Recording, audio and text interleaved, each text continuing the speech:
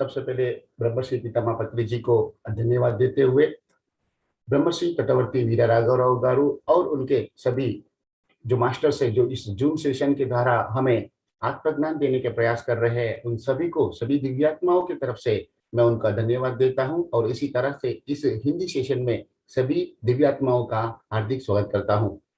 जैसे हम देख रहे थे, ब्रह्मश्री पितामह पत्री जी के द्वारा बताए गए 3 अंधविश्वासों को जो हमें त्यागना अनिवार्य है, जो हमारे आत्मज्ञान के साधना में, ध्यान में लीन होने के लिए जो हमारा जो बिलीफ सिस्टम है, उसके अंदर जो जड़ तक, जो गहराई तक हम आज तक जिस अंधविश्वासों में फंसे हुए थे, उनके वजह से कहीं ना कहीं हमारी आत्मा ज्ञान प्राप्त करने की दिशा में हमें कोई बाधा उत्पन्न हो रही थी।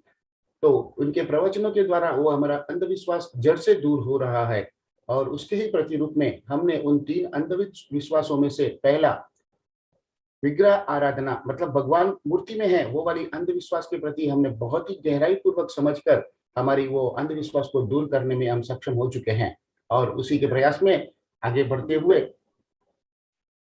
చిరంజీవి గారు, सर, భగవాన్ మూర్తిమే కాదు, మూర్తే భగవంతుడు అనేది అంధవిశ్వాసం. ओके మూర్తిలో కాదు, మూర్తే భగవంతుడు. जी, थोड़ा सा करेक्शन करूंगा। मैंने कहा था मूर्ति में भगवान है, वो वाक्य सही नहीं है। मूर्ति ही भगवान है, ऐसा समझना ये अंधविश्वास था। उसके प्रति हमने क्लैरिफिकेशन प्राप्त कर ली है। आज कल से हमने मांसाहार में कोई स्वाद होता है, उसके विषय में, उस अंधविश्वास को दूर करने में कल गुरुजी ने बहुत ही अच्छे संदेश हमें दिया है। मैं चाहता हूं कि आगे के उस विषय में और गहराई तक उसे समझ करके वह अंधविश्वास को भी दूर करके आत्मज्ञान की साधना में हम आगे बढ़ेंगे। Thank you. Over to you sir. అందరికీ నమస్కారం. आप सबको तटवर्ती राघवराव गारू जी का नमस्कार। కార్యక్రమం ప్రారంభించే ముందు గురువు గారి పత్రిక గారికి కూడా ఒక్కసారి మనం ధన్యవాదాలు చెప్పుకుందాం. कार्यक्रम शुरू करने से पहले एक बार ब्रह्मश्री पितामह पत्री जी को भी धन्यवाद देंगे। धन्यवाद। మనం నిన్నటి రోజున ఒక విషయం మీద చెప్పుకుంటున్నాం. हम कल से एक विषय के ऊपर चर्चा कर रहे थे। ఏమిటంటే పత్రి గారు మూఢనమ్మకాలు వదలాలన్నారు. और वो यह है कि पत्री जी के द्वारा कहा गया उन 3 अंधविश्वासों को छोड़ने की। అందులో రెండోది ఏమిటి అంటే మాంసం రుచిగా ఉంటుంది అనే అభిప్రాయం. उन 3 अंधविश्वासों में दूसरा जो अभिप्राय था, वो मांस में भी कोई स्वाद होता है। దాని గురించే ఇప్పుడు మనం చెప్పుకుందాం. उसी के बारे में आज हम यहाँ पे चर्चा करेंगे। ఇంకేతంటే మాంసం రుచిగా ఉంటుంది అనే ఉద్దేశం చాలా మందిలో ఉంది. क्योंकि मांस के अंदर स्वाद होता है, ऐसा उद्देश्य बहुत लोगों में जड़ तक है। అంచేతే ఎక్కువ మంది మానవుల్లో చాలా మంది మాంసాన్ని తింటున్నారు. इसीलिए बहुत तरह के लोग ये मांसाहार का भोजन लेते हैं, కానీ వారు జీవహింసకు కారకులవుతున్నారు. लेकिन वो लोग जीव हिंसा के लिए कारण बन रहे हैं పాపాన్ని మూట కట్టుకుంటున్నారు. और पाप को प्राप्त कर रहे हैं। ఇంచేతంటే మాంసం తినాలంటే ముందు ఒక జీవిని ఘోరంగా హింసించి చంపాలి. क्योंकि मांसाहार भोजन लेने के लिए हमें किसी भी एक जीवी को बहुत ही निर्दय पूर्वक उनको मारकर फिर उसको खाना बनाना पड़ता है। మరి ఆ హింస వల్లే వారి జీవితంలో రోగాల రూపంలో నరకం అనుభవిస్తున్నారు. और वही हिंसा के बदले में ही उनके जीवन के नरक समान जो पीड़ा है उनको अनुभव करना पड़ रहा है। అంటే తిరిగి వారు కూడా హింస అనుభవిస్తున్నారు. मतलब फिर से वो लोग भी वही हिंसा को अनुभव कर रहे हैं। ఇది సృష్టిలో ఉన్నటువంటి ఒక గొప్ప సిద్ధాంతం. ये सृष्टि का एक महान सिद्धांत है। మనం ఏది ఇస్తే అదే వస్తుంది. हम जो यहाँ पे देते हैं वही हमें फिर से पुनः प्राप्त होता है। మనము హింస ఇస్తే హింస అనుభవిస్తాం. हम यदि यहाँ किसी को हिंसा देंगे तो हमें हिंसा ही प्राप्त होगा। మనం ప్రేమిస్తే ప్రేమించబడతాం. यदि हम किसी को प्रेम करेंगे तो हमको भी प्रेम ही प्राप्त होगा। అందుకే పత్రిజీ ఏమంటారంటే జీవహింస చెయ్యొద్దు అన్నారు. इसीलिए पत्री जी हमेशा कहते रहते हैं कि जीव हिंसा नहीं करनी चाहिए। అంటే ఆ జీవుల్ని హింసించకూడదు, मतलब उन जीवों को कभी हिंसा नहीं देना चाहिए వాటిని ప్రేమించాలి, और उन्हें प्रेम करना चाहिए, వాటితో స్నేహం చేయాలి. उनसे मित्रता बनानी चाहिए। మరి ఆ రకంగా జీవించాలి అంటే వారిలో దైవ లక్షణాలు ఉండాలి. और इस तरह से जीवन जीना है तो उनमें भी दैव लक्षण होना जरूरी है। అటువంటి వారే జీవులను ప్రేమించగలరు. उस तरह के लोग ही उस जीवों को प्रेम पूर्वक बर्ताव कर सकते हैं। మరి అసలు దైవ లక్షణాలు అంటే ఏమిటి? तो ये दैव लक्षण क्या होते हैं, इनके बारे में समझेंगे। దాని గురించి కొంచెం మనం తెలుసుకుందాం. थोड़ा सा विस्तार पूर्वक उसको समझने की कोशिश करेंगे। అవి ఏమిటి అంటే దయ. वो ये है दया। దయ అంటే కృపయ హిందీలో. हाँ, दया मतलब दया नहीं सर, दया कृपा खंडोपति। కృపయ అన్న దయ అన్న ఒకటే. ఇంగ్లీష్లో కైండ్నెస్ అంటారు. మెహర్బానీ, కృపయ అంటే ఒక మెహర్బానీ అంటారు. కైండ్నెస్ ఇంగ్లీష్లో. ये सर అలాగే జాలి. मतलब किसी चीज के प्रति हमें दया व्यक्त करना। ఇంగ్లీష్లో పిటి అంటారు. इंग्लिश में पीटी कहते हैं। అలాగే కరుణ. और करुणा, ఇది దీన్ని కూడా దయ అని అంటూ ఉంటారు. ఇంగ్లీష్లో కంపాషన్ అంటారు. करुणा को अंग्रेजी में हम कंपेशन कहते हैं। అలాగే ప్రేమ उसी तरह से प्रेम, అంటే ఇంగ్లీష్లో లవ్ అని చెప్పి అంటూ ఉంటారు. जिसे अंग्रेजी में हम लव कहते हैं। ఇందులో మొట్టమొదట దయ అంటే భూత దయ గురించి మనం చెప్పుకుందాం. इसमें सबसे पहले हम दया मतलब भूत दया के बारे में यहाँ पे विस्तार से समझेंगे। భూత దయ అన్నాం కాబట్టి భూతములు అంటే జీవులు అని అర్థం.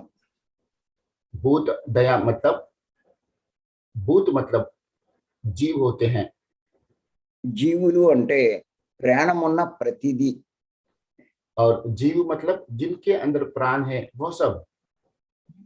మరి ఏమి ఉంటాయి ఈ రకమైనటువంటివి సృష్టిలో ఏమున్నాయి అంటే సమస్త మానవులు.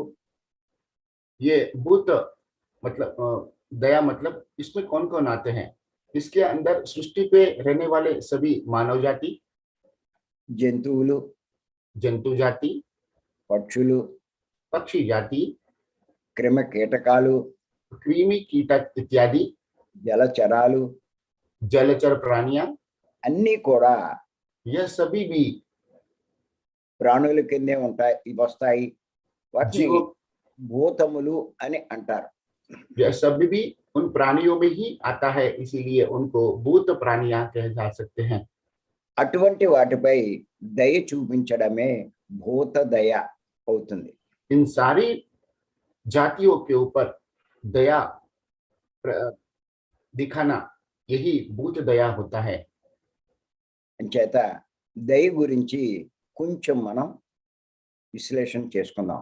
इसलिए आज हम उस दया के बारे में थोड़ा सा और विस्तार से समझेंगे। ప్రతి ఒక్కరు రాసుకోవడము చాలా జాగ్రత్తగా దీన్ని అర్థం చేసుకునే ప్రయత్నం చేయాలి. सबको इन बातों को श्रद्धापूर्वक नोट करके समझने की प्रयास करनी चाहिए। ఎంచేతంటే ఏ విషయమైనా ఊరికే వింటే సరిపోదు, क्योंकि खाली सुनने से पर्याप्त नहीं है, అది రాసుకోవాలి. దాంట్లో ఇంకా ఇంకా లోతుల్లోకి ఆలోచించాలి.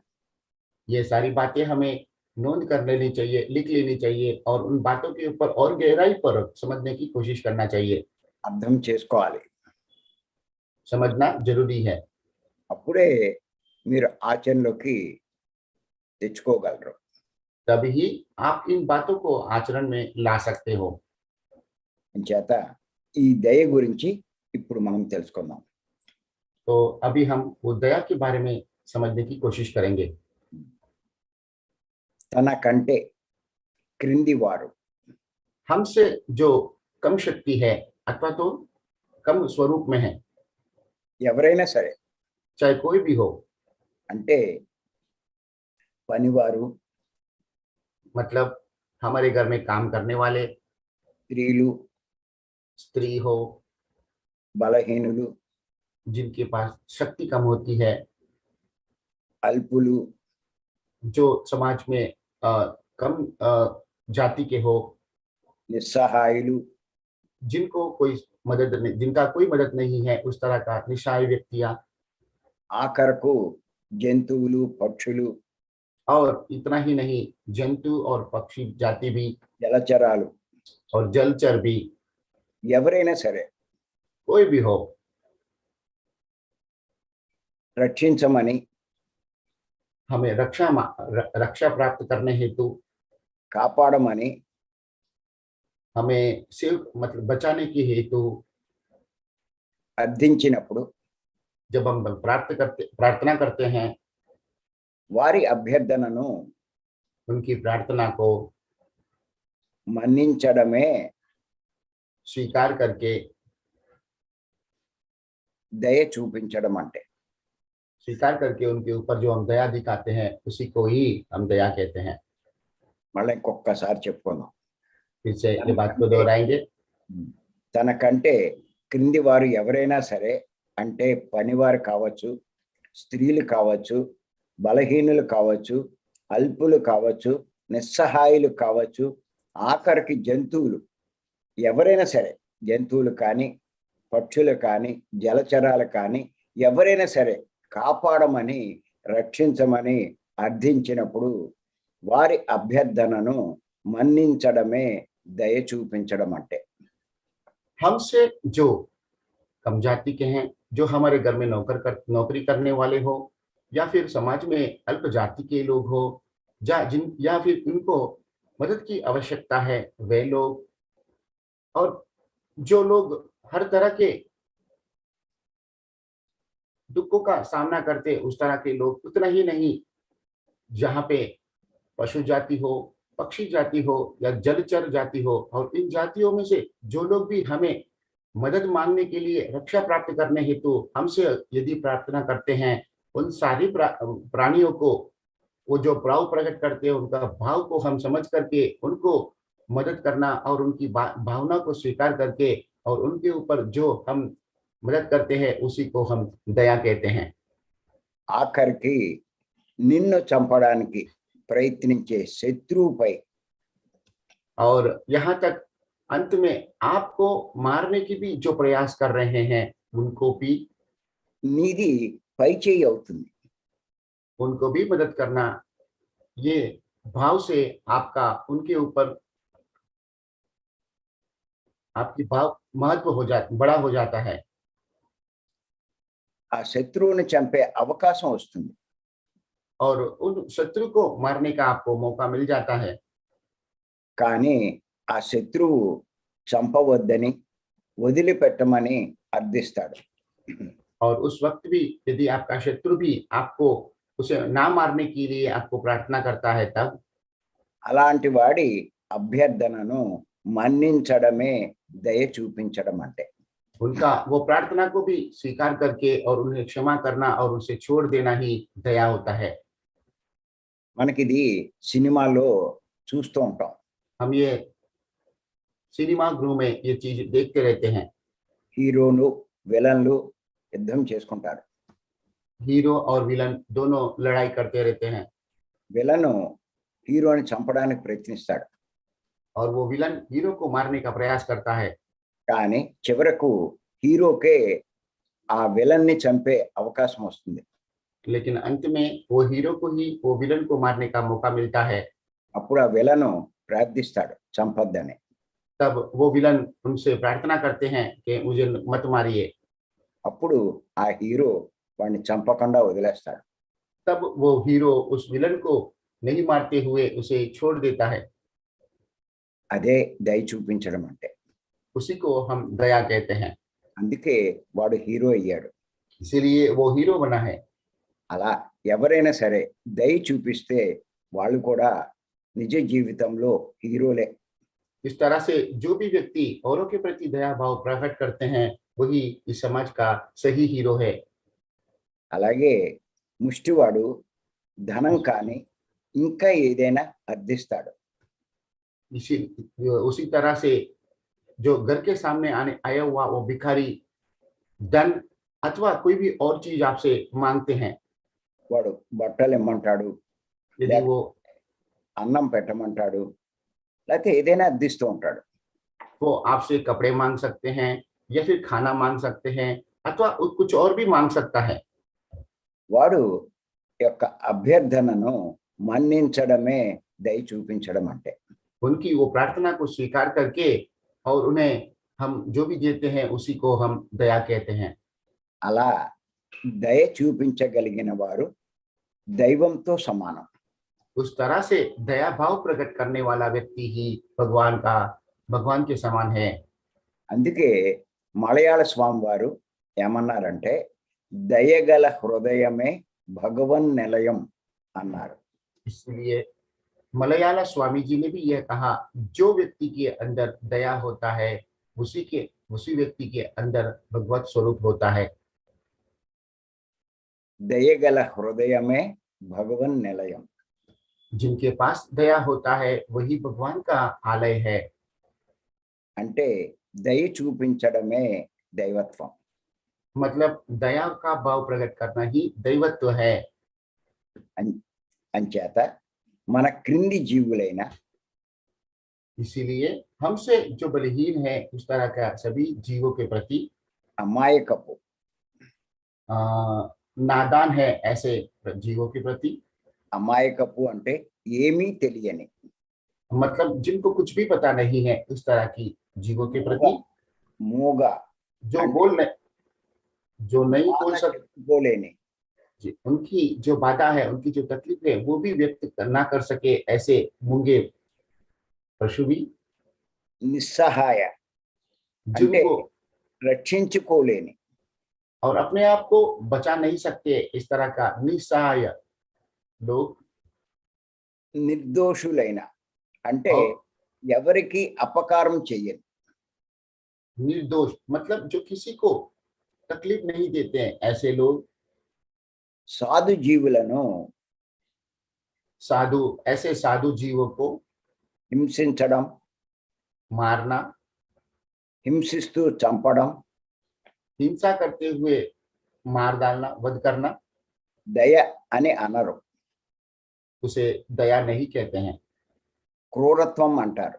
उसे क्रूरत्व कहते हैं, దాన్ని దైవత్వం అనరు, उसे दैवत्व नहीं कहा जाता है, రాక్షసత్వం అంటారు.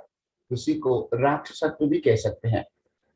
వాళ్ళు సాధు జంతువులు కాదు, वो साधु जंतु की गिनती में नहीं आते हैं, అంటే సాధు మానవులు కాదు, मतलब वो साधु जैसे मानव नहीं कहा जा सकते हैं, క్రూర మానవులు. क्रूर मानव ही कहा जाते हैं। అటువంటి సాధు జంతువులను ఎవరైనా హింసిస్తూ ఉంటే उस तरह के साधु जंतुओं को जो लोग हिंसा देते हैं, చంపే ప్రయత్నం చేస్తే और मारने का प्रयास करते हैं, అవి పారిపోవడానికి ప్రయత్నిస్తాయి. तब वो प्राणियां जंतु जो भागने का प्रयास करते हैं అరుస్తాయి, और चिल्लाते हैं రోదిస్తాయి, और रोते हैं వదిలిపెట్టమని ప్రార్థిస్తాయి. और छोड़ने के लिए प्रार्थना करते हैं, కానీ వాటి భాష మానవులకు అర్థం కాదు. लेकिन उनकी भाषा उन मानवों को समझ में नहीं आती है। కానీ అలాంటి వాటి అభ్యర్థన మన్నించడమే దయ చూపించడం అంటే. उस तरह का जीवों का प्रार्थना को स्वीकार करके उन्हें छोड़ना ही दया कहते हैं। అంచేత దయ కలవారు జంతువులను ప్రేమతో చూస్తారు. इसलिए जिनके पास दया होता है वह लोग भी उस तरह के जंतुओं के प्रति भी दया का भाव प्रकट करते हैं వాటితో స్నేహం చేస్తారు. और उनसे मित्रता का भाव प्रकट करते हैं। అందుచేత జంతువులను ప్రేమించి వాటితో స్నేహం చేయండి. इसीलिए जंतुओं को प्रेम करके उनके साथ में मित्रता बनाना चाहिए। అవి మీకు ఎంతో ఉపయోగపడతాయి. वो आपको अनेक तरह के उपयोग में आ सकते हैं మీకు ఎన్నో సేవలు చేస్తాయి. और आपको अनेक प्रकार की सेवा भी उनके द्वारा आप प्राप्त कर सकते हो। ఆఖరకు మీకోసం వాటి ప్రాణం ఇవ్వడానికి కూడా వెనుకాడవు. अंत में वो आपके लिए अपना प्राण को भी देने के लिए कभी वो पीछे नहीं हटते हैं। ఇది ఎవరైతే అర్థం చేసుకుంటారో ఖచ్చితంగా వాళ్ళ జంతువుల్ని ప్రేమిస్తారు, వాటితో స్నేహం చేస్తారు. यह बात को जो लोग भी गहराई पूर्वक समझते हैं वही लोग उनसे उनको दयापूर्वक उनके साथ में भाव प्रकट करते हैं और उनसे मित्रता बना के रखते हैं। మీరు ఒక కుక్కనే తీసుకోండి. आप यहाँ पे एक कुत्ते को उदाहरण के रूप में लेंगे। అది అన్నం పెట్టిన యజమాని పట్ల ఎంత విశ్వాసం చూపిస్తుందో उन्हें చూడండి. उन्हें खाना खिलाने वाले उनके मालिक के प्रति कितना भरोसा वो व्यक्त करता है आप देख सकते हो। అలాగే ఆవు, उसी तरह से गाय, మేక, बकरी, గొర్రె, अ, गेटा, కోడి, मुर्गी, చేప मछली, అన్నీ మానవ జాతికి ఎంత మేలు చేస్తున్నాయో ఆలోచించండి. यह सब प्राणियां मानव जाति को कितनी तरह की मदद करते हैं। వాటి चाहिए। వల్ల మానవులకు ఎంత ఉపకారం జరుగుతుందో తెలుసుకుంటే కనుక उनके द्वारा मानव जाति को कितना उपयोग है यह बात जब हम समझेंगे तब వాటిని నిర్దాక్షిణ్యంగా చంపి భక్షించరు. उन्हें पूरी तरह से निर्दय पूर्वक मार कर नहीं खाएंगे వాటిని రక్షిస్తారు. और उन्हें बचाने का प्रयास करते हैं। రక్షించడమే దయ. इस तरह से उन्हें उनका रक्षण करना ही दया है, बचाना ही दया है। భగవంతుని సృష్టిలో भगवान की सृष्टि में రక్షించేవాడు ఎప్పుడు రక్షింపబడతాడు. बचाने वाला ही हमेशा बचाया जाता है। హింసించేవాడు ఎప్పుడు హింసింపబడతాడు. हिंसा करने वाला को हमेशा हिंसा ही प्राप्त होती है। అందుకే అంటారు, నీ కింది వాటిని నువ్వు రక్షిస్తే నీ పైవాడు నిన్ను రక్షిస్తాడు. इसीलिए आप अपने से कमजोर व्यक्ति को यदि आप रक्षा करोगे तो आपके ऊपर वाला व्यक्ति आपको भी बचाएगा। కానీ మానవులు తమ కింది వాటిని మరి హింసిస్తున్నారు, తన పైవాడిని రక్షించమని ప్రార్థిస్తున్నారు. लेकिन कुछ मानव हम उनसे जो निचली कक्षा में है उनके ऊपर हिंसा दिखाते हुए और उनसे ऊपर है उनसे बचाने की मांग करते हैं। అంటే ఆ భగవత్ స్వరూపమైనటువంటి ఆ జీవులను హింసిస్తున్నారు, చంపుతున్నారు, భక్షిస్తున్నారు. मतलब वो भगवत स्वरूप ऐसा उन जीवों को हिंसा दे रहे हैं, मार रहे हैं और काट रहे हैं। మరి కష్టాలు తెచ్చుకుంటున్నారు. और इस तरह से कष्ट को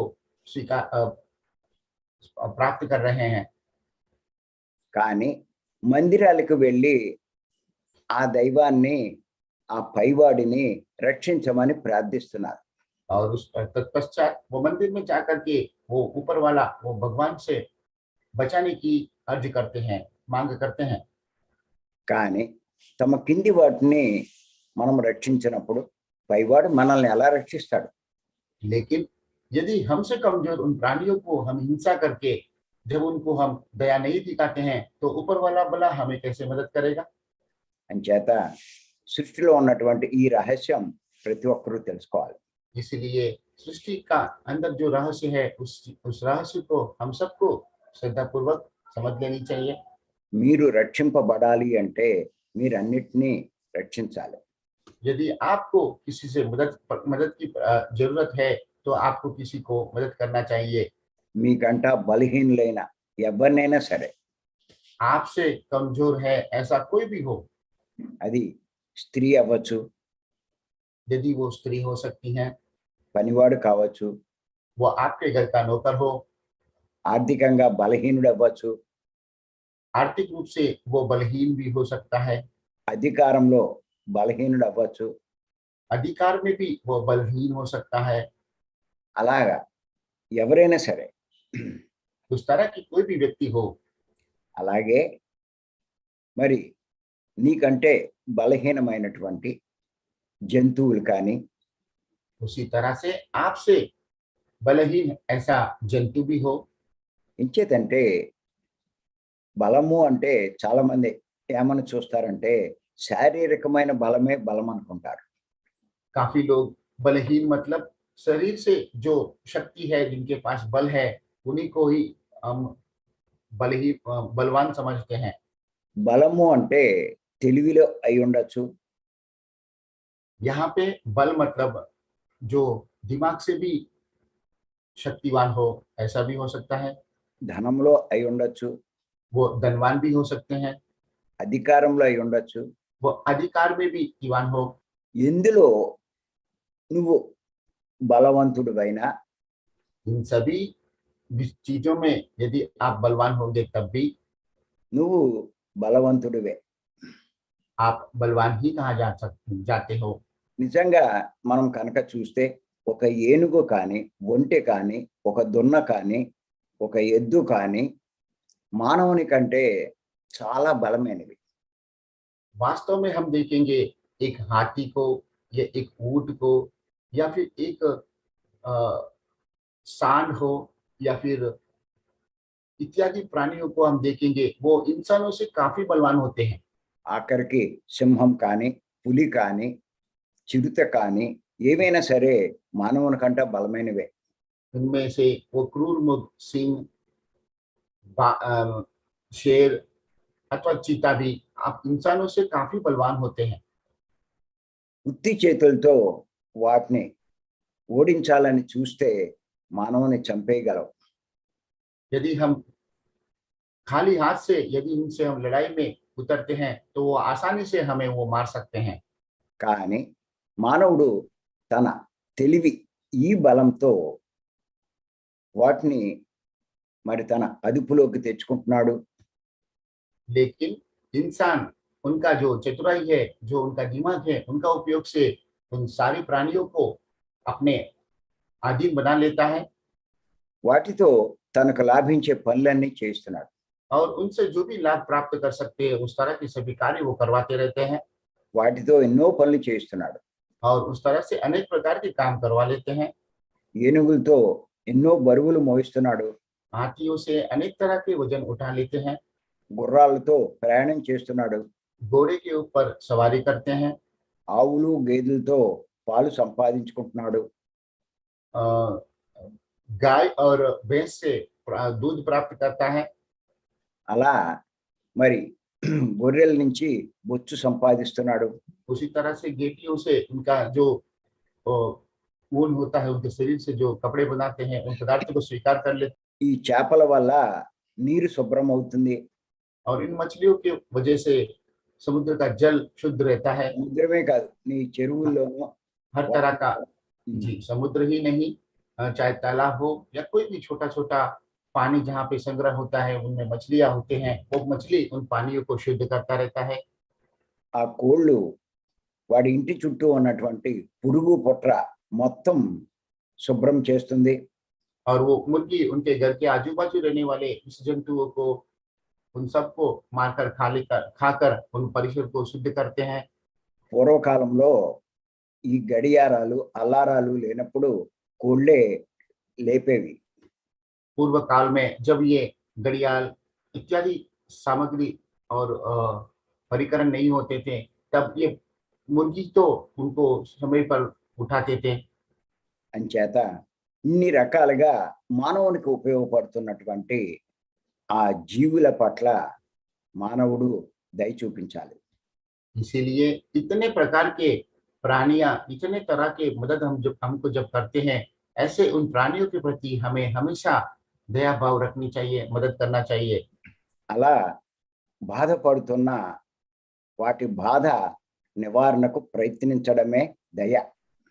इस तरह के दुखों में जो प्राणी रहता है और वो हमसे दया की भीख मांगता है, उस तरह की सभी प्राणियों को दया देना और उनको बचाना ही हमारा लक्ष्य है। అంతేకాదు జీవి హింసను ఆపే ప్రయత్నం చేయడం, इतना ही नहीं, जीव हिंसा को पूरी तरह से रोकने का प्रयास भी हमें करना चाहिए। మాంసభక్షణ మాన్పించడం, उसी तरह से मांसाहार करने वाले को उस मांसाहार से दूर करने का प्रयास भी करना चाहिए। ఇవన్నీ దయ కలిగిన వారే చేయగలరు. यह सब जिनके पास दया का भंडार होता है, वही लोग इस तरह के कार्य करते हैं చేస్తారు కూడా. और करते भी हैं। అంటే దైవత్వం ఉన్న వారికే దయ ఉంటుంది. मतलब जिनके पास भगवान के जो लक्षण होते हैं, वही इस तरह के कार्य कर सकते हैं। అంటే దయ ఉన్నవాడే దేవుడు. इसीलिए जिनके पास दया है, वही भगवान है। అందుచేత భూత దయే దైవత్వం. इसीलिए भूत दया को ही दैवत्व कहा जाता है। అందుకే పత్రిజీ జీవహింస చేయొద్దన్నారు, ఆ इसीलिए జీవుల్ని రక్షించమన్నారు. पत्री जी हमेशा कहते हैं, जीव हिंसा नहीं करना चाहिए और जीवों की हमेशा रक्षण करना चाहिए। ఆయన ఏమంటారంటే వాటి రక్షణ కోసమే నేను భూమి మీద జన్మ తీసుకున్నాను అంటారు. और वो यह भी कहते हैं, मैं उन सभी तरह के प्राणियों का रक्षण करने हेतु ही इस धरती पे जन्म ले चुका हूँ। ఆయన మొట్టమొదటి లక్ష్యం ఏమిటి అంటే ఆ జీవుల్ని రక్షించడం. उनका सबसे पहला लक्ष्य यही है, उन सभी जीवों को बचाना। అంచేత ఆయన రెండే మాటలు చెప్తారు, इसीलिए वो सिर्फ दो ही बात करते हैं, హింసా చూడో హంసా పకడో. हिंसा छोड़ो और हमसा पकड़ो। हमसा मतलब श्वास। ఈ రెండు తప్ప ఇంకేం చెప్పరు. इन दोनों के अलावा वो और कुछ ज्यादा विशेष नहीं बताते हैं। హింస చూడు అంటే హింసను వదలమని, हिंसा छोड़ो मतलब हिंसा को त्यागना, అంటే ఆ జీవుల్ని హింసించదు, मतलब उन जीवों को हिंसा नहीं देना, వాటి జీవితాన్ని వాటికి వదిలేయమని. उनका जीवन को उनके लिए छोड़ देना। అదే ఆయన చెప్పేటువంటి మరి గొప్ప సందేశం. यही उनके द्वारा दिया गया अद्भुत महान संदेश है। ఈ ప్రపంచంలో ప్రతి జీవి ఆనందంగా శాంతిగా జీవించాలి. इस दुनिया के सभी तरह के प्राणी आनंद से शांति से जीना चाहिए। ప్రతి జీవి స్నేహంతో మెలగాలి. सभी प्राणियां मित्रता भाव से अपना जीवन व्यतीत करना चाहिए। అలాంటి ప్రపంచాన్ని చూడడమే పత్రిజీ లక్ష్యం. उस तरह का दुनिया को देखना ही पत्री जी का एकमात्र लक्ष्य है। అంచేత గుర్తుపెట్టుకోండి, ఇటువంటి లక్షణాలు ఎవరిలో ఉంటాయో వారే దైవ స్వరూపులు. इसीलिए इस बात को आप ध्यान में रखिए, इस तरह के लक्षण जिनमें भी होता है, वही भगवत स्वरूप है। అంచేతే పత్రిగాన్ని మనమంతా నడిచే దైవం అంటాం. इसीलिए पत्री जी को हम सब चलते फिरते रहने वाला भगवान कहते हैं। మనం కూడా ఆ రకంగా మారాలి. हमको भी उनके जैसा बनना चाहिए। మనం కూడా ఆ జీవుల్ని రక్షించాలి. हमें भी वो सारी जीवों को बचाना चाहिए। అంతేకాని వాటిని భక్షించకూడదు. इतना ही है, लेकिन उन्हें खाने का प्रयास कभी नहीं करना चाहिए। వాటి మీద దయ చూపించాలి. हमेशा उनके ऊपर दया भाव दिखाना चाहिए। అంచేత ప్రతి ఒక్కరూ ఇది అర్థం చేసుకోవాలి. इसीलिए इस बात को हम सबको गहराई पूर्वक समझ लेना चाहिए। ఈ స్థితికి మనం రావాలి అంటే ఎవరైనా సరే శ్వాస మీద ధ్యాస ఉంచి ధ్యానం చేయాలి. इस स्थिति को यदि हमको पहुंचना है, तो चाहे कोई भी हो, वो सबको श्वास के ऊपर ध्यान केंद्रित करना चाहिए। ఎవరైతే శ్వాస మీద ధ్యాస ఉంచి ధ్యానం చేస్తారో వారి అంతరంలో చాలా మార్పులు వస్తాయి. जो लोग अपनी श्वासों के ऊपर ध्यान केंद्रित करते हैं, उनके अंतर में अनेक तरह के चेंज बदलाव आ सकते हैं। వారిలోని క్రూరత్వం పోతుంది, उनके अंदर की जो क्रूरता है वो दूर हो जाता है। రాక్షసత్వం పోతుంది. उनके अंदर का जो राक्षस तत्व है, राक्षस कृत्य है, वो सभी दूर हो जाते हैं। హింసా ప్రవృత్తి పోతుంది. उन हिंसा वृत्ति भी उनसे दूर हो जाता है వారిలో ప్రేమ ఉదయిస్తుంది. और उनके अंदर प्रेम का भावना जागने लगता है వారిలో దయ కలుగుతుంది. और उनके अंदर दया जन्म लेता है కరుణతో ప్రవర్తిస్తారు. और करुणा से प्रवर्तन करते रहते हैं అన్నిటి మీద జాలి చూపిస్తారు. और सभी के ऊपर वो दया भाव दिखाते हैं। వాడే దైవం. वही भगवान है। ఆ స్థితికి మనం అంతా ఎదగాలి. हम सबको उस स्थिति तक आगे बढ़ना चाहिए। అంచేత మరి మరికొన్ని విషయాలు నెక్స్ట్ ఎపిసోడ్ లో మనం చెప్పుకుందాం. इसलिए अभी हम बाकी के विषय के ऊपर कल के एपिसोड में सेशन में हम समझने की कोशिश करेंगे। అంటే జాలి, కరుణ, ప్రేమ వీటి మీద మళ్ళా మనం చెప్పుకుందాం. मतलब दया, मतलब जाली एक वर्ड ऐसा है। जी, జాలి, కరుణ, ప్రేమ. जाली, करुणा और प्रेमा, प्रेम, इनके संलग्न में बाकी के विषय में हम कल गहराई पूर्वक समझने की कोशिश करेंगे। అంచేత ఈ అవకాశం ఇచ్చిన మీ అందరికీ నేను ధన్యవాదాలు చెప్తున్నా.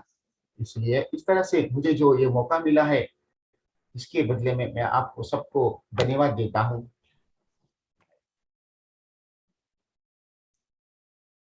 సరే చిరంజీవి, यस सर। ఇప్పుడు నేను ఒక 4-5 రోజులు ओके सर। ఈ ధ్యాన ప్రచారం ओके सर। ఒక టూరు ఇటు హైదరాబాదు, మదిర ఇవన్నీ ఊళ్ళన్నీ వెళ్తున్నాను నేను. ओके అంచేత మరి ఒక 4-5 రోజులు నేను కానీ, మేడం అలాగే ఒక 3 రోజులు గుంటూరు వెళ్తున్నారు. ओके ఆవిడ ఈ మార్నింగ్ సెషన్ లో పార్టిసిపేట్ చేయలేరు. Okay sir. అంచేత నేను మిమ్మల్ని రిక్వెస్ట్ చేసేది ఏంటంటే, ఒక రోజు నువ్వు హిందీలో క్లాస్ తీసుకో. Okay sir. తర్వాత మన సీనియర్ మాస్టర్స్ ఉన్నారు, ओके सर। వాళ్ళతోటి క్లాస్ చెప్పించి నువ్వు Okay, sir. ట్రాన్స్లేట్ చేయి. Okay sir. ఈ హిందీ సెషన్ ఇలాగే కంటిన్యూ చేయి. Okay sir. హిందీ సెషన్ అయిపోయాక Telugu session as it is గా కంటిన్యూ అవుతూ ఉంటుంది. Okay sir. అర్థమైందా? Yes sir. ఈ విషయం కొంచెం ఒక్కసారి అందరికీ చెప్పక్కడ. जी, एक महत्वपूर्ण संदेश गुरु जी के द्वारा दिया गया है। गुरु जी यह ध्यान प्रचार करने हेतु, आत्मज्ञान देने हेतु आंध्र प्रदेश के अनेक शहरों में प्रवास करने जा रहे हैं। अगले 5 या 6 दिन तक उनकी यह प्रयाण चलता रहेगा। मैं आपको बता दूं, गुरु जी के जो धर्मपत्नी है तटवर्ती राज्यलक्ष्मी जी, वह भी इनके जैसे ही अद्भुत ज्ञान का संदेश देते हैं, आत्मज्ञान हमें देते हैं। और इस यात्रा में वो भी उनके साथ में रहने की वजह से वे भी 3 दिन तक इस सेशन में उपस्थित नहीं हो सकते। इसीलिए अगले 3 या 4 दिन तक यह सेशन को हिंदी में 1 दिन के लिए मुझे संदेश देने के लिए मौका दिया गया है और बाकी के 3 दिन तक। और यहाँ पे भी अनेक दिव्य आत्मा है जो दिग्गज है आत्मज्ञान के विषय में, ये भी बहुत धन्यता प्राप्त कर चुके हैं, इनके पास भी ज्ञान का भंडार है। तो उनमें से भी कुछ लोगों को यहाँ पे यह सेशन लेने की अनुमति गुरुजी ने दिया है। तो अगले 3 दिन तक या 4 दिन तक यह सेशन इसी तरह से गुरुजी की अनुपस्थिति में भी चलता रहेगा। जो हमारी इस हिंदी सेशन है, जो इनकी जो कंटिन्यूटी है वो ब्रेक ना हो करके निरंतर चलता रहेगा। उस उद्देश्य से उन्होंने हमें ये चीज बताया है। తర్వాత 25, 26, 27 మా మేడము 3 రోజులు హిందీ సెషన్ తీసుకుంటారు. तत्पश्चात 25, 26 और 27 को तटवर्ती राज्यलक्ष्मी जी हम ये हिंदी सेशन का संचालन करेंगे। చేత ఈ చిన్న మార్పు ప్రతి ఒక్కరూ గమనించగలరు. जी, तो ये छोटी सी जो चेंज है, जो बदलाव है, इस चीज को कृपया आप सब नोट करें। और मैं आप सबको सहर्ष बता रहा हूँ, हमें राज्य लक्ष्मी जी का भी प्रवचन सुनने का मौका मिलेगा। जो भी उनके पास भी दिव्य ज्ञान का भंडार है। मैं उनको काफी बार सुन चुका हूँ और हम सबका ये सौभाग्य है कि अब हमें उनको भी सुनने का मौका मिलेगा। ध्यान रहे तारीख है 25, 24, 27। तो तब तक भी हमें इस स्टेशन में निरंतर आना ही है और सभी हमारे आत्म बंधुओं को भी इस स्टेशन के प्रति संदेश देना चाहिए, क्योंकि यहाँ पे सिर्फ और सिर्फ आत्मज्ञान और सही ज्ञान के अलावा कुछ भी नहीं बताया जाता है, जो सभी दिव्यात्माओं को आत्मज्ञान प्राप्त करने और सही ज्ञान विधान समझने के लिए बहुत कुछ मार्गदर्शन मिलता है। Thank you. Thank you sir, thank you. Thank you sir. ఇప్పుడు అభిప్రాయాలు जी अभी Hindi people, Hindi speaking people. अभी हिंदी में बात करने वाले सभी दिव्यात्माओं को आमंत्रित किया जा रहा है कि वो आज का सेशन के संदर्भ में यदि उनके पास कोई संदेह है तो जरूर व्यक्त करें, अथवा कोई सुझाव है, अभिप्राय है, वह भी जरूर बताएं। यश जया जया जी फार्मर. परमार, नमस्ते मैम।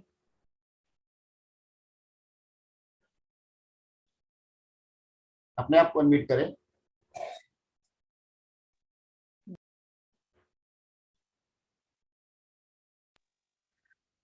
नमस्ते मैम। हाँ नमस्ते जी। आत्मा वंदन तटवर्ती सर को, चिरंजीवी सर को, पत्रिक जी सर को, सभी को आत्मा वंदन।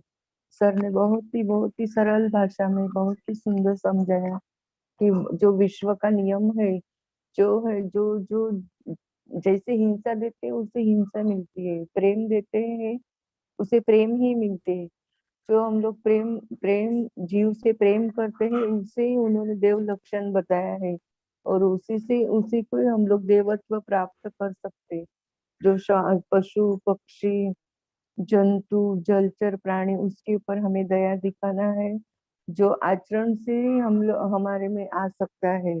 जैसे आचरण करते वही हमें मिलता है।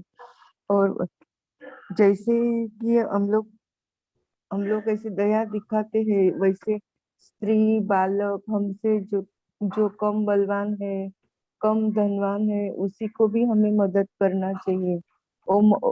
उसे ही हम लोग दया का भाव कह सकते हैं। और शत्रु भी कभी प्रार्थना करते हैं। कभी पिक्चर में हम लोग देखते हैं कि लास्ट में विलन हारता है तो उसके ऊपर भी दया भाव करके हीरो उसे छोड़ देता है, तो वो भी उसके अंदर की दया का ही भाव है, उसे ही हम लोग भगवान कहते हैं। और बहुत ही सुंदर जो निसहाय है, निर्दोष लोग है, ऐसे साधु जीवन का, ऐसे किसी का भी वध करना बहुत ही क्रूरता है, उसे राक्षसी वृत्ति कहते हैं। जो पशु की आवाज हम लोग समझ नहीं सकते, लेकिन मित्रता का भाव उसे कहते हैं, तो वह हमें बहुत ही उपयोगी होते हैं। उनकी सेवा भी हम लोग प्राप्त कर सकते हैं। कोई भी प्राणी हम लोग कुत्ते हैं, गाय बकरे घेटा मुर्गी मछली, सभी को हम लोग मानव जाति मदद करते हैं। जो राक्षसी वृत्ति दिखाते हैं उसमें दया का भाव नहीं होता है, लेकिन हम लोग उसे प्रेम करते हैं, हिंसा नहीं करते। उसे सर ने बहुत ही अच्छी तरह समझाया है। हम लोग किसी को भी हम लोग बता सकते हैं, नौकर है कोई भी है, हम लोग उसकी जो जो जो धनवान है अधिकार से बलवान होता है, लेकिन हम लोग हाथी को सांड को बहुत ही जो बलवान है उससे भी हम लोग इंसान उससे चालाकी से उनसे बहुत ही काम करा लेते हैं। यही सभी प्राणी को आधिपत्य भी जमा सकते हैं। भगवान का गुण है कि दया दिखाना है, वही देवत्व है। पत्री जी सर ने भी इसी को बहुत ही अच्छी तरह हमें कहा है कि हमारा जीवन ही है कि हमें सभी से प्रेम करना है, हिंसा को छोड़ना है। जो श्वास के माध्यम से अपने श्वास को पकड़ते हैं, ध्यान में बैठते हैं, उसमें देवत्व अपने आप ही प्रकट हो जाता है। बहुत ही सर धन्यवाद आपका। వండర్ఫుల్ వండర్ఫుల్ జయాజీ సార్, మనం చెప్పిన విషయాలన్నీ కూడా నోట్ చేసుకొని అన్నిటినీ అదే విధంగా అని చెప్పాలి సార్, డీటెయిల్గా చెప్పాలి. Thank you Jayaji. Jaya madam Yes. అన్ని బాగా రాసుకున్నారు, ఎస్ సార్. బాగా అర్థం చేసుకున్నారు, బాగా వివరించారు. ఈ విషయం చెప్పండి. जया जी ने सभी बातों को अच्छे से नोट कर लिया है और सभी बातों को उन्होंने अच्छे से समझ लिया है। ये बात आप सबको बताने की जरूरत इसलिए है क्योंकि उन्होंने हर बात को समय समय पे लिखते गए, इसीलिए वो बात उनको समझ में आया है। धन्यवाद Jaya ji, thank you. Thank you madam, thank you. Thank you. Geetha. नमस्ते गीता जी। नमस्ते चिरंजीवी सर, नमस्ते मैम। सुन सकते हैं? यस मैम, आपकी आवाज एकदम क्लियर है। तटगार्ती राघराव सर और चिरंजीवी सर, मेरा सादर प्रणाम। कल का सेशन और आज का सेशन बहुत ही अच्छा लगा मुझे। जब से मैं PSSM से जुड़ी हूँ, ये वेजिटेरियनिज्म, मांसाहारी छोड़ना है, सुनते आ रही हूँ। मुझे कुछ ना कुछ करना चाहिए। हमारे आजू बाजू हमारे बिल्डिंग में जो कोई है नॉनवेज बहुत खाते हैं, सभी प्रकार के नॉनवेज खाते हैं, लेकिन अब तक मैंने हिम्मत जुटा नहीं पाई कि उनको उनके घर में जाके बोलने के लिए। और मेरे पास एक आइडिया है, मैं तटवर्ती राघव सर को पूछना चाहती हूँ और कुछ सुझाव देने के लिए भी मैं उनसे विनती करती हूँ। मेरे सुझाव ये है कि ఒక్కసారి చెప్పండి, జస్ట్ ఆవిడ ఆగి అక్కడికి చెప్పండి. जी गीता जी, मैं आपको 1 मिनट के लिए रोकता हूँ और अब तक आपने जो बताया मैं गुरु जी को बताने का प्रयास करूंगा। ठीक है సార్, గీతా గారు ఏమంటున్నారు అంటే, ఆమెకు నిన్నటి సెషన్ మరి ఈ రోజు సెషన్ చాలా అద్భుతంగా అనిపించింది, చాలా ఉపయోగకరమైనట్టుగా అనిపించింది. ఆమె కొన్ని రోజుల నుండి PSSM లో జాయిన్ అయ్యారు. అప్పటి నుండి ఇప్పటి వరకు కూడా మనము శాకాహారం మరి ధ్యానం గురించి బాగా డీటెయిల్ గా చెప్పుకునే ఉంటాము. మరి ఆవిడ ఎక్కడైతే ఈ అపార్ట్మెంట్ లో ఈ బిల్డింగ్ లో ఉంటారో అక్కడ కూడా అందరూ మాంసాహారం తింటూ ఉంటారు. అన్ని ప్రకారాలైనటువంటి మాంసాహారాన్ని వాళ్ళందరూ భుజించుతూ ఉంటారు. కానీ నేను ఎప్పుడు కూడా వాళ్ళకు ఈ మాంసాహారాన్ని వదిలేయని చెప్పడానికి అంత నాకు ధైర్యం రాలేకపోయింది. ఆ విషయంలో నేను నాకు ఒక ఐడియా వచ్చింది. ఆ విషయాన్ని మీకు చెప్పి మీ ద్వారా ఏదైనా సజెషన్స్ ఉంటే తీసుకొని వాటిని అక్కడ ప్రయత్నిస్తాను అని చెప్తుంది. Madam, Yes. తప్పకుండా ఈ విషయం చెప్పాలి. వారు విన్నా సరే వినకపోయినా సరే చెప్పడం మన ధర్మం. गीता जी, हाँ गुरु जी का कहना है कि हमें ये बात उनको बताना ही चाहिए, चाहे वो हमारी बात को स्वीकार करते हैं या नहीं सुन पाते हैं। हमारा काम है बताना और बताने की प्रयास करना चाहिए। आगे बताइए। हाँ, मेरा एक आइडिया है, मैं सादर करना चाहती हूँ। जी मैं घर घर जाके नहीं बता सकती हूँ, ऐसा मुझे लगता है उनको अच्छा लगे, उसमें टाइम वेस्ट होएगा। जी लेकिन आपने जो आज बताए हैं मांसाहारी के बारे में, उसे कैसे स्टॉप करना चाहिए, ये सब एक पैम्फलेट, एक नोटिस जैसे मैं प्रिंट करके सबके घर में देके आऊं क्या? मैं खुद पैसा खर्चा करके ये जो आपने आज बताया है, कल बताया है, ये सब अच्छे अच्छे विचारों को एक नोटिस जैसे पैम्फलेट जैसा प्रिंट करके सबके घर में जाके देख के आऊं क्या? इसमें मेरा टाइम भी वेस्ट हो जाएगा और जिनको करना है वो करने दो। ऐसे मेरी एक सुझाव है, आप कुछ इसका एक सॉल्यूशन दे सकते हैं। మేడం గారు ఏమంటున్నారంటే, నిన్నటి సెషన్లో మరి ఈ రోజు సెషన్లో మీరు చెప్పినటువంటి ముఖ్యాంశాలను నేను ఒక హ్యాండ్ బిల్లో లేదా ప్యాంప్లెట్ లో ప్రింట్ చేసి మరి అందరికీ అందజేయాలని ప్రయత్నం చేస్తున్నాను. ఎందుకంటే అందరింట్లో కూర్చొని మేము అందరికీ చెప్పడంలో కొంతమందికి మంచిగా అనిపిస్తుంది, మరి కొంతమంది దాన్ని స్వీకరించలేకపోతారు. మరి ఆ విధంగా నా సమయం కూడా వృధా అవుతుంది. సో ఇలాంటి హ్యాండ్ బిల్స్ ప్రింట్ చేసి నేను ఇంటింటికి పంచగలనా? ఇది చేయడం కరెక్టేనా అని అంటున్నాను. ఖచ్చితంగా చేయాలి. ప్యాంప్లెట్లు పంచాలి, నోటితో కూడా చెప్పాలి. गीता जी, आप इस काम को निश्चित रूप से कर सकते हो और आपको यह काम करना ही चाहिए। और इतना ही नहीं, आप मुंह से भी कुछ लोगों को बताने का प्रयास करना, जैसे लिफ्ट में आते हुए, परिसर में बैठते हुए, चलते हुए, हमेशा हिंसा के बारे में, अहिंसा के बारे में जरूर बताना चाहिए, चाहे कोई सुने या ना सुने। आपके मुंह से हमेशा यह बात निकलनी चाहिए। धन्यवाद।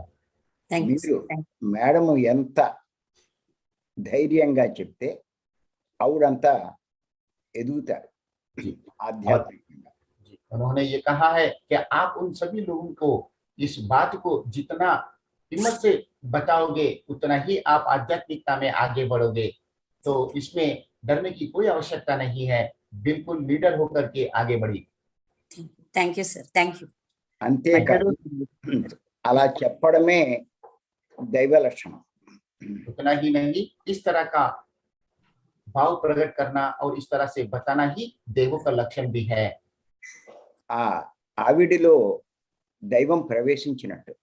और इस तरह से आपके अंदर जब प्रयास करोगे तभी आपके अंदर वो भगवान का जो लक्षण है वो आप में प्रवेश करता है। ఇచ్చేదంటే ఆల్రెడీ ఉంది కానీ ఆ ప్రవర్తన లేదు. కానీ ఇప్పుడు మనం ఈ పని చేయడం ద్వారా ఆ లోపల ఉన్నటువంటి ఆ లక్షణం బయటకు వచ్చినట్టు అవుతుంది. जी, आप इस तरह का काम जब करोगे तो आपके अंदर का जो देव गुण था वो अब इस तरह से बाहर आया हुआ हम कह सकते हैं। ठीक है, ठीक है। Thank हमारी you, पढ़- ఉమ్. सर ఇంకేమైనా చెప్తారో అడగండి. మేడం ఇంకేమైనా చెప్తారా? जी, मैडम जी आपको और कुछ कहना है? हाँ, ये सब मेरी बहुत फ्रेंड्स है, इसलिए आज तक मैंने हिम्मत जुटा नहीं पाई मेरे फ्रेंड्स के घर में जाके एक बात कैसे कहूँ, तो इसलिए मैंने पैम्फलेट के द्वारा बताने के लिए मेरे कुछ आइडिया आया है। अभी तटवर्ती राघवराव सर ने कहा मुझे बिंदास जाके बताना चाहिए, तो वो भी काम मैं जरूर करूंगी। Thank ji. You. Thank you Geeta ji. ఇప్పుడు మేడం ఏ ఊరు అది? Madam Dadar Mumbai sir. हाँ सॉरी, मैं अपना नाम लिख दूंगी मैं मेरे नाम के साथ, सॉरी सर। जी, మేడంని ఆవిడ రాయమనండి, దాదర్ బొంబే అని చెప్పి రాయమనండి. అక్కడ गीता जी आप अब कल से जब आओगे तो आपका नाम के आगे जरूर मुंबई जरूर मुंबई जरूर लिखना। हाँ जरूर सर, जरूर। సార్ ఈశ్వర్ అనే ఒక వ్యక్తి టెక్స్ట్ లో మేడం కు సజెషన్ రాశారు, చెప్పమంటారా సార్? ఏది చాట్ బాక్స్ లో ఈశ్వర్ అనే వ్యక్తి చెప్పండి. हमको सजेशन చెప్పారు। हम्म। गीता जी आपके लिए एक सजेशन है, चैट बॉक्स में आया है। वो ये हाँ। कहना चाहता है आप ये जो संदेश है उसे सोशल मीडिया के द्वारा भी आराम से अपने घर पे बैठ के भी लोगों को बता सकते हैं और ये सबसे ज्यादा असरकारक भी होगा, ऐसा उनका कहना है। ठीक है सर, ठीक है। ఏమంటాడు ఏమంటాడు ఆయన ఈశ్వరు? సోషల్ మీడియాలో కూడా మీరు ఈ విషయాన్ని ఈ వారికి మీరు తెలియజేయగలుగుతారు. ఇంట్లో యా, కూర్చొని ఓకే, బాగుంది. రోజు కొత్త కొత్త విషయాలు పెట్టి వారిని హింస గురించి ప్రేరేపించగలరని చెప్తున్నారు। ठीक है सर, ठीक है, जरूर बताऊंगी, जरूर बताऊंगी। థ్యాంక్ యూ अच्छा है। Ishwar ji, thank you Ishwar ji, thank you Geeta ji. ఎవరైతే హిందీ మాట్లాడే వాళ్ళే మాట్లాడమని, తెలుగు వచ్చిన వాళ్ళు వద్దు. जी, थैंक यू सर। अभी హిందీ స్టేట్ నుంచి వచ్చేవాడు, హిందీ मैं देख रहा हूँ बहुत उत्तर भारतीय आत्मज्ञानी इस सेशन में मौजूद है, लेकिन बात करने की हिम्मत जुटा नहीं पा रहे हैं। मैं चाहूंगा कि आप लोग निस्संदेह अपना जो संदेश है, जो आपका डाउट है और अभिप्राय है, जरूर यहाँ पे प्रस्तुत करें, जिससे औरों को प्रेरणा मिलेगा और हम सबको ये समझ में आएगा कि इस सेशन का आपने कितना उपयोग किया। तो संकोच मत कीजिए, हैंड रेज करके बात कीजिए। Thank you sir, thank you. North India వాళ్ళు చాలా మంది ఈ సెషన్ లో పాల్గొన్నారు. ఇప్పుడు आज अभी भी मैं देख रहा हूँ 202 तक आज हमने ये संख्या देखा है। बहुत नॉर्थ इंडियंस इस सेशन में आज इसका लाभ ले चुके हैं। तो उन सबसे मैं फिर से एक बार विनती करता हूँ कि यहाँ पे ये अनुभव शेयर करने की जब बात आती है तो काफी लोग संशय उत्पन्न करके बात नहीं कर रहे हैं। बात करना चाहिए, आपका अभिप्राय बताना चाहिए। कृपया हैंड रेज करके बात करने की कोशिश करें।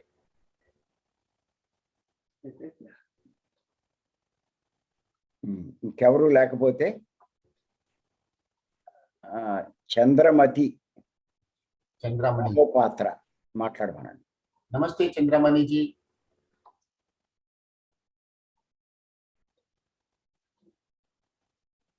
మాట్లాడండి. यस चंद्रामणि जी, नमस्ते। हाँ, नमस्ते चिरंजीव सर, नमस्ते तटवर्ती सर। नमस्ते जी।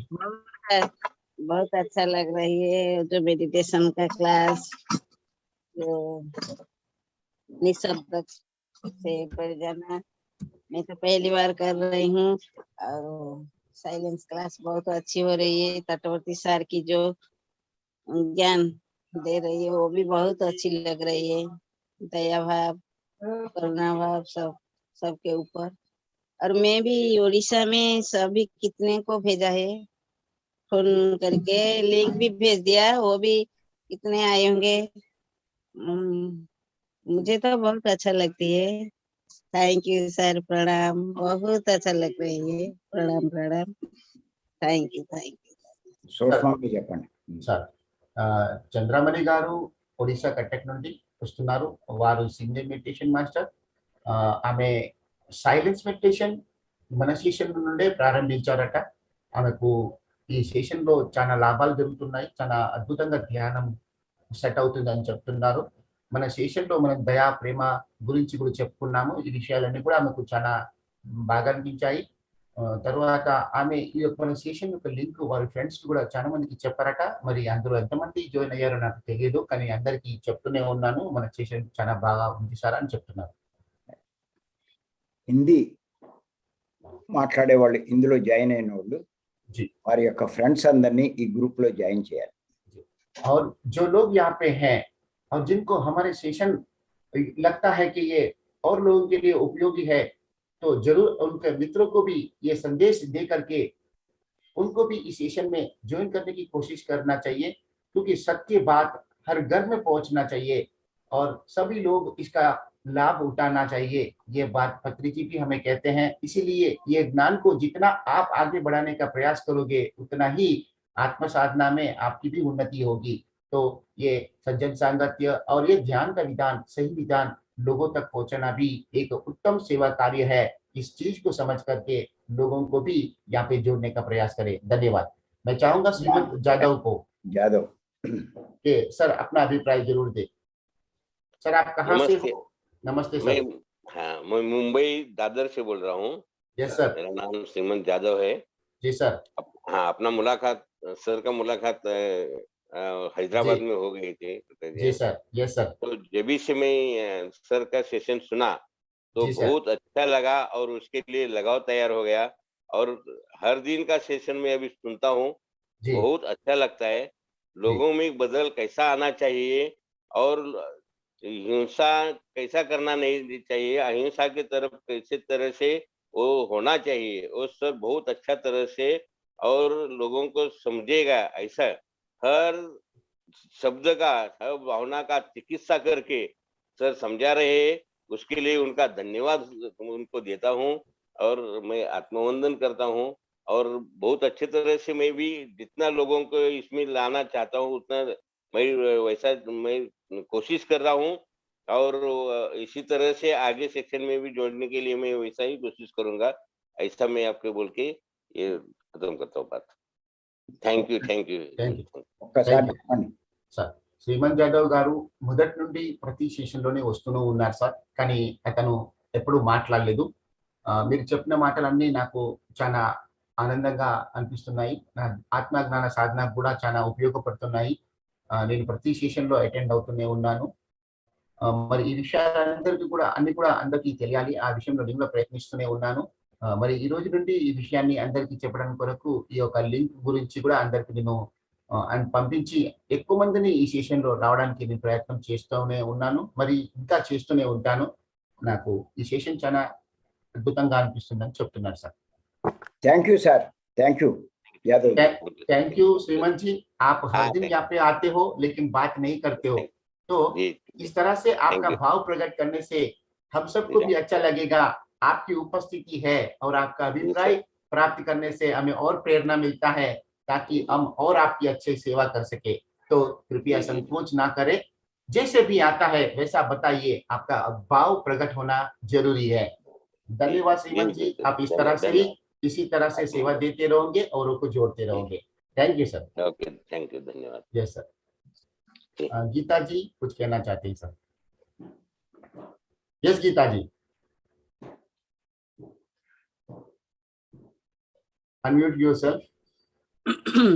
सर अभी अभी मैंने श्रीमान जादव सर का मैंने बात सुनी, तो उन जैसे लोगों जो मेरे विचार जैसे है मेरे साथ जुड़ जाएंगे तो मैं घर घर जाके ये बात बताने के लिए तैयार हूँ। मुझे कोई और साथी चाहिए, तो उनको ये बात बताइए। जी श्रीमंत जी, आप उनके साथ में जुड़ सकते हो, अथवा तो एक दिन के लिए मैं मुंबई आ जाऊंगा। गीता जी डोंट वरी, आपके सोसाइटी में डोर टू डोर हम प्रचार अच्छा करेंगे, है ना? ठीक जी मैं भी रहूंगा साथ में, चलेगा। थैंक मैं यू, थैंक यू। मुझे कोई साथी मिलेगा तो बहुत ही अच्छा लगेगा, जरा जी, जी। हिम्मत भी आ जाएगी, इसलिए मैं श्रीमान जादव सर से मैं विनती करती हूँ। Thank you sir. చిరంజీవి గారు, సార్ చిరంజీవి గారు, సార్ సార్ ఆవిడ ఏమంటారంటే హిందీ ఫ్రెండ్స్ ఎవరైనా ఉంటే నేను బాగా తిరిగి చేస్తానంటున్నారు. సార్ అది కాదు, ఆవిడ చేయడం మొదలెడితే ఆటోమేటిక్ గా వాళ్ళే వస్తారు. गीता जी, हाँ गुरु जी का संदेश है हाँ कि ठीक.